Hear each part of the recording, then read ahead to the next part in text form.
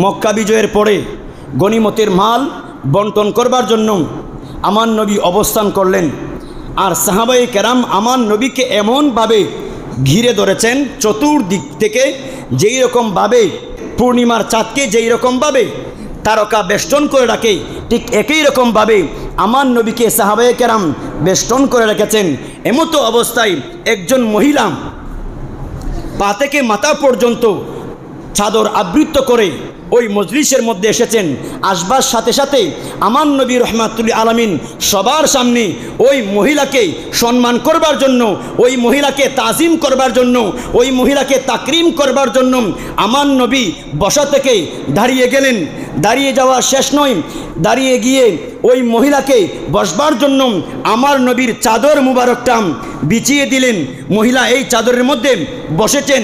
সব সাহাবীরা তো হয়রান হয়ে গিয়েছে, সমস্ত সাহাবায়ে কেরাম তো অবাক হয়ে গিয়েছে। এই মহিলাকে যার দরবারে জিব্রাইল পর্যন্ত বিনা অনুমতিতে আসতে পারে না, ওই নবী একজন মহিলার জন্য দাঁড়িয়ে গিয়েছেন। শুধু তাই নয়, তার নূরানি চাদর মুবারক বিছিয়ে দিয়েছেন, মহিলা বসেছেন। যতক্ষণ পর্যন্ত মহিলা বসা ছিল ততক্ষণ পর্যন্ত আমার নবীর চেহারা ওই মহিলার দিকে ছিল। মহিলা যখন চলে গেলেন, সাহাবায়ে কেরামদের ভিতরে তো কৌতূহল, এটা কোন মহিলা যেই মহিলার জন্য দু জাহানের বাচ্চা নবী দাঁড়িয়ে গেলেন? এটা কোন মহিলা যেই মহিলার জন্য দু জাহানের বাচ্চা নবী রহমাতুল আলামিনের চাদর মুবারক বিছিয়ে দিলেন বসবার জন্য? এত সম্মান অর্জন এই মহিলা করলো কি করে?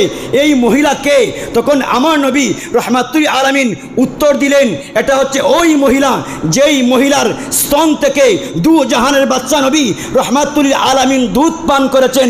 তিনি আর কেউ নয়, তিনি হচ্ছেন মা হালিমাতুস সাদিয়া। বড় করে বলুন সুবহানাল্লাহ।